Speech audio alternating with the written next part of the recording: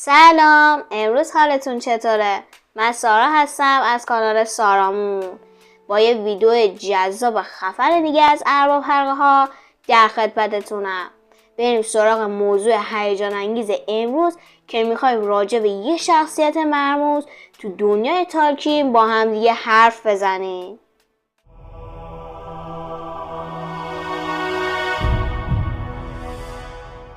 تالکین تو سرزمین میانه و داستان‌های حماسی پیوند خورده با این دنیا کاراکترهای زیادی رو به ما معرفی میکنه. قهرمانان افسانه‌ای و شخصیت‌های برجسته‌ای تو دوره‌های زمانی گوناگون و نژادهای زیادی دیده میشن. ولی شاید هیچ کدوم از اونا به اندازه تام بامدیل عجیب و غریب و ناشناخته نباشن. یکی از شگفت‌انگیزترین موجوداتی که تو کتاب‌های تالکین هستش و پرسش‌های بی‌پاسخ زیادی و درباره اون به وجود میاره. بزن بریم راجع به این شخصیت مرموز عجیب یکم حرف بزنیم.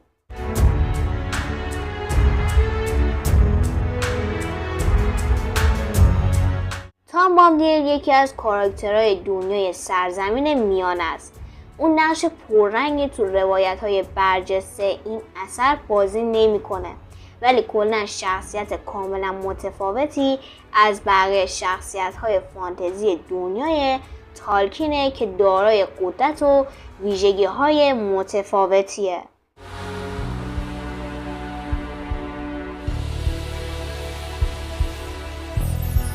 شناختوندن تام بامدیل یکی از دشوارترین کارهاییه که میشه انجام داد.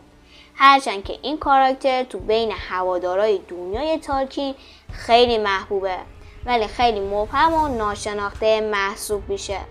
تالکین اولین بار از تام بامدیل تو اولین کتاب ارباب حلقه ها به اسم یاران حلقه از این شخصیت تو چارچوب رمانش استفاده کرد. 4 هابیت که از شایر دور شده بودن به بامدیل تو مکانی به اسم جنگل کهن برخورد میکنن. حرفای تام بامدیل به این اشاره دارن که اون پیش از به وجود اومدن مورگوت وجود داشته. برای همین حتی میشه گفت که اون قبل از والا که ارواح جاودان هستن که پیش از دوران اول این جهان آفریده شدن زندگی میکرد. تو رمان یاران حلقه نشون میده که بامدیل بر اولد فارست کنترل داره. اون به سادگی 4 هابیت داستان رو از درخت اولد منویلو و بعد از اون بارویت ها نجات میده. هرچند شاید بزرگترین نشون از نیروهای تام بامدیل به این برگرده که حلقه یگانه هیچ اثری روی اون نداره.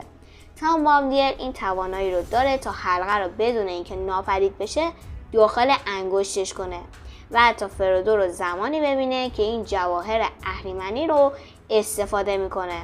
به خاطر همین میشه گفت که تام بامدیل از گالادریل و گاندالف هم نیروی قدرتمند بیشتری داره.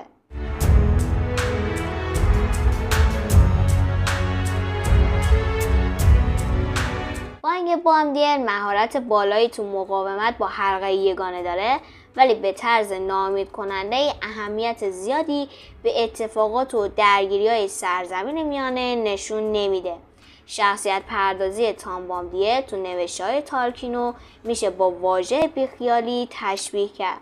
هرچند تام نسبت به سرزمینش و زندگی همسر خودش و موجودات دیگه مثل هابیتا اهمیت میده، ولی هیچ وقت نخواست خودش رو درگیر جنگ‌های زیادی کنه که تو سراسر سرزمین میانه اتفاق میفته. البته نباید اینجوری برداشت کنیم که بیخیالی اون به سمت پلیدی و بدی میره، چون که تام بامدیل به نیازمندا کمک میکنه. با همه این اوصاف در کنار این کمک‌های کوچیک اون بیشتر سرگرم زندگی خودشه. تام توی دوره سوم سرزمین میانه و موقع جنگ حلقه خودش رو داخل مرزهای جنگل کهن محدود میکنه. اون داخل مرزهای سرزمینش یه زندگی ساده رو پشت سر میذاره، ولی وجود داره و به طبیعت اطرافش رسیدگی میکنه.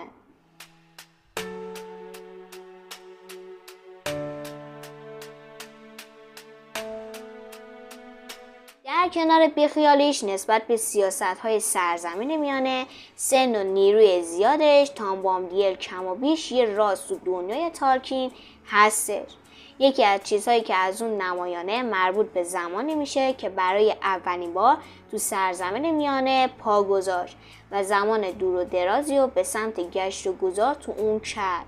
با اینکه بامبادیل تو دوره دوم تو اولد فارست ساکنه، ولی تو دوره‌های ابتدایی و دوم از بامبادیل به عنوان یه رهنورد یاد میشه که به بخش‌ها، سرزمین‌ها و مکان‌های مختلف سر میزد.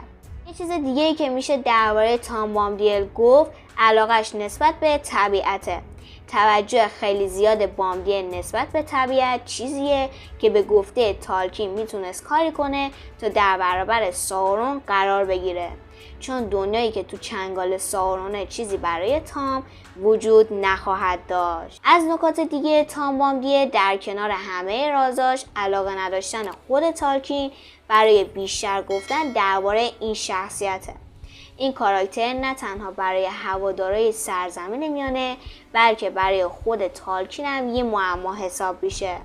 تالکین هیچ وقت نگفت که تام بامبادیل دقیقاً چیه یا چه نقشی تو داستانهاش داره. در واقع این نویسنده حتی نگفت که این کاراکتر نقشی تو داستان ارباب حلقه ها نداره و تنها بخشی از این دنیاست تا بامبادیل تبدیل به یکی از بزرگترین رازهای این اثر موندگار خفن بشه. خیلی خوب، به نظرتون چطور بود؟ چرا انقدر این شخصیت مرموزه؟ یا اصلا به نظرتون اینکه تالکین تام بامبادیل رو تو جهانش قرار داده چه علتی داره؟ میگم که هر چقدر از این اثر بخوای بدونی بازم کمه، به خاطر همین چیزاست. خیلی خوب، امیدوارم خوشتون اومده باشه و با سابسکرایب کردن و زدن زنگوله منو حمایت کنید. دوستتون دارم. خدافظ.